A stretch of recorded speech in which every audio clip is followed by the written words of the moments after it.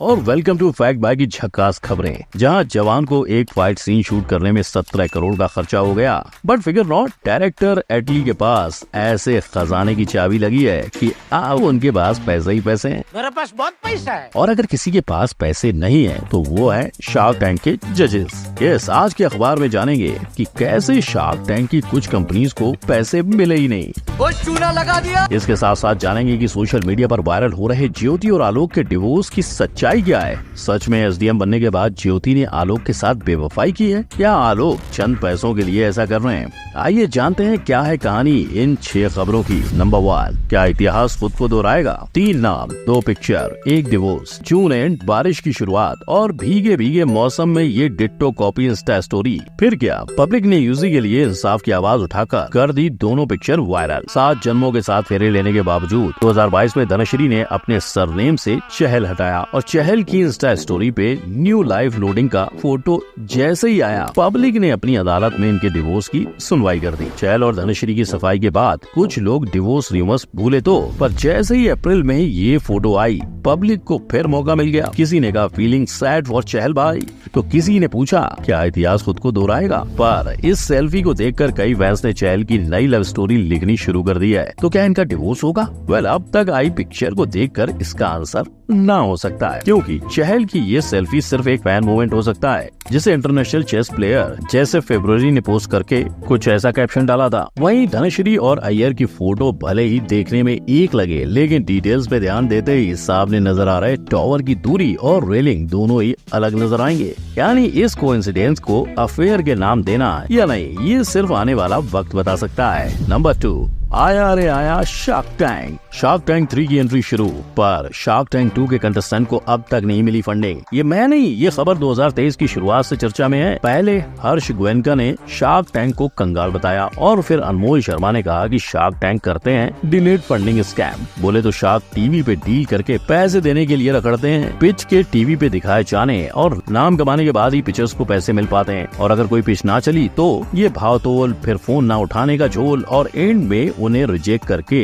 1 touch की गोली लेके निकल जाते हैं। लेकिन इन सारे इल्जामों का जवाब अनुपम मित्तल ने बस एक पोस्ट से दिया। उन्होंने कहा सच ये है कि शार्क टैंक यूएस के 60% डील्स के मुकाबले शार्क टैंक इंडिया के पहले सीजन ने 66% डील्स पूरी की, और कोई डील पूरी नहीं हुई तो उसके जिम्मेदार सिर्फ शार्क्स नहीं। कई बार फाउंडर्स फंड के लिए नहीं, सिर्फ मार्केटिंग के लिए आते हैं। कई बार कंपनीज लीगल रिक्वायरमेंट पूरी नहीं कर पाती और डील को कैंसिल करना पड़ता है। फैक्ट भाई कहेगा कि हो सकता है ये सच हो, पर ये भी उतना ही बड़ा सच है कि शार्क टैंक से जितना फायदा पिचर्स का हुआ है, उससे ज्यादा शार्क्स का। तभी तो लेंस कार्ड के को फाउंडर करण जौहर के साथ एड में नजर आते हैं, अश्नीर ग्रोवर टीवीएफ पिचर्स की एड में नजर आते हैं, और कुछ रेड कार्पेट पे। नंबर 3, ज्योति मौर्य ने किया क्या है? 13 साल की शादी बस 13 दिन के अफेयर ने तोड़ दी। आलोक वर्मा, जो कि एक साधारण कर्मचारी हैं, उन्होंने अपनी सारी जमा पूंजी लगाकर अपनी पत्नी ज्योति मौर्य को पढ़ाया लिखाया और पीसीएस के एग्जाम तक पहुँचाया। नतीजा, ज्योति ने न सिर्फ एग्जाम को पास किया, लेकिन एसडीएम के पद पर जा बैठी। लेकिन भाई लोग, 13 सालों के बाद आने वाला ये सुख का पल जल्दी अंधेरे में बदला जब आलोक को ज्योति की अफेयर के बारे में पता चला। इसके चलते उन्होंने मनीष और ज्योति के रोमांटिक चैट्स निकलवाए। फिर आलोक इन चैट्स को लेकर न सिर्फ पुलिस के पास बल्कि सीएम योगी आदित्यनाथ के जनता दरबार में भी पहुंच गए। ज्योति ने फिर तुरंत आलोक पर दहेज का केस दर्ज किया, जिसमें आलोक ने कहा कि 13 साल के बाद दहेज का इल्जाम क्यों। फिर आलोक ने ज्योति पर घूसखोरी का आरोप लगाया, तो वहीं तुरंत उनको जान से मारने की धमकियां मिलने लगी। और ये केस अब लोगों के बीच इतना वायरल हो चुका है कि सोशल मीडिया पर ऐसी खबरें सामने आ रही हैं कि पीसीएस की तैयारी कर रही 136 शादीशुदा औरतों को उनके पतियों ने वापस बुला लिया है। जब फैक्ट भाई ने इस मामले में अपनी छानबीन की तो पता चला कि ये झूठ है। तो भाई लोग, ऐसे मशहूर मामलों में अक्सर झूठी न्यूज आना कोई नई बात नहीं है, मगर देखना ये होगा कि अब ज्योति और आलोक के केस में आगे क्या होता है। नंबर 4, जवान और डंकी की शादी हो गई। 25 नामों में से चुना गया सनकी, और सनकी हो गया सीधा जवान।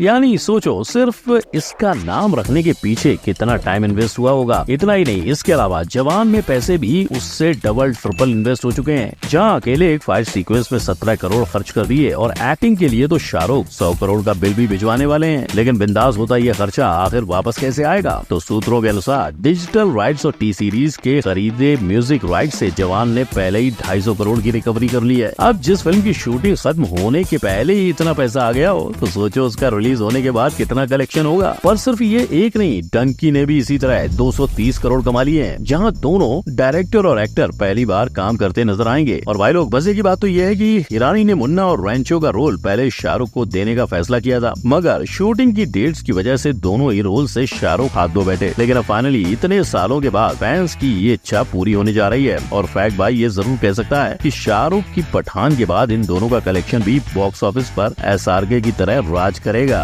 नंबर 5, गलती से मिस्टेक। ये है कांग्रेस पार्टी की सोशल मीडिया हेड सुप्रिया श्रीनते।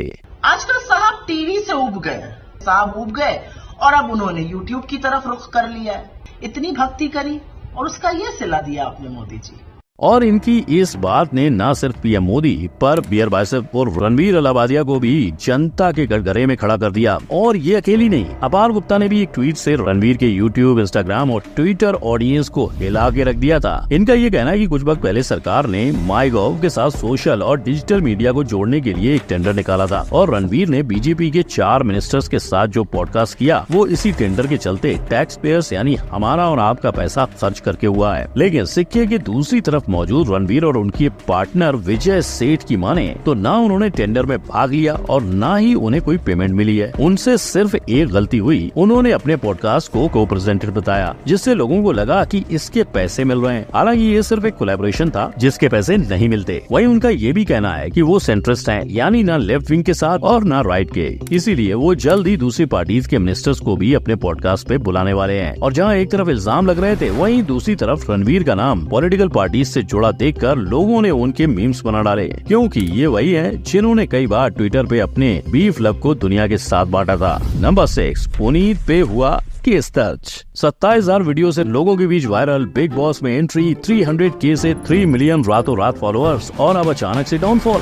कारण एक पुलिस कंप्लेंट। ये FIR फैजान अंसारी द्वारा डाली गई थी, जिसने इससे पहले उर्फी जावेद पर भी केस किया था और पाकिस्तानी इन्फ्लुएंसर आयशा को 15 लाख देकर शादी करने का ऑफर भी दी थी। वहीं आज फैजान पुनीत पर इसलिए केस डाल रहे हैं क्योंकि कुछ दिनों पहले फैजान ने पुनीत को जाहिल गंवार कहा। इतना जाहिल गंवार आदमी, पुनीत सुपरस्टार जैसा आदमी मैंने जिंदगी में देखा नहीं है। और ये सुनकर पुनीत के फैंस ने फैजान पर दावा बोल दिया। कई धमकियां आने के बाद अब फैजान का कहना है कि मुझे पुनीत से खतरा है।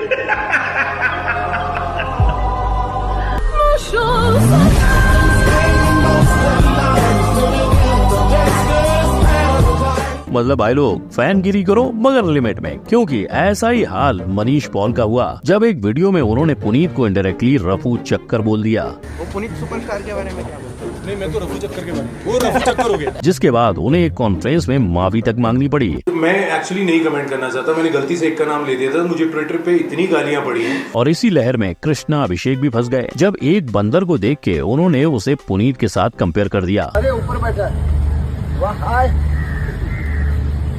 ये पुनीत सुपरस्टार तो नहीं कहीं। मगर हाल की बात करें तो फैजान की कंप्लेंट पर ना पुनीत का बयान सामने आया है और ना पुलिस का। लेकिन देखने वाली बात यह है कि जब एक सेलिब्रिटी के ऊपर FIR हो जाती है तो उसकी बिग बॉस में नो एंट्री हो जाती है। तो क्या ये भी बिग बॉस का एक पब्लिसिटी स्टंट है? तो भाई लोग, कहीं FIR फाइल हो रही है तो कहीं डिवोर्स हो रहे हैं, तो कहीं कंपनीज को पैसे नहीं मिल रहे हैं, कहीं जवान रिलीज के पहले ही पैसे बटोर रही है। खबरें हैं ढेर सारी और फैक्ट भाई हर बार आपके लिए ताज़ा और झकास खबरें लाता रहेगा। तो थाम के रखिए अपनी एक्साइटमेंट को और क्लिक करो इस आई बटन पे। जानो कि क्या है बिग बॉस का असली चेहरा। वीडियो अच्छा लगा हो तो लाइक, शेयर, सब्सक्राइब करना ना भूलें। मिलते हैं अगली खबरों के साथ। गुड बाय, जय हिंद।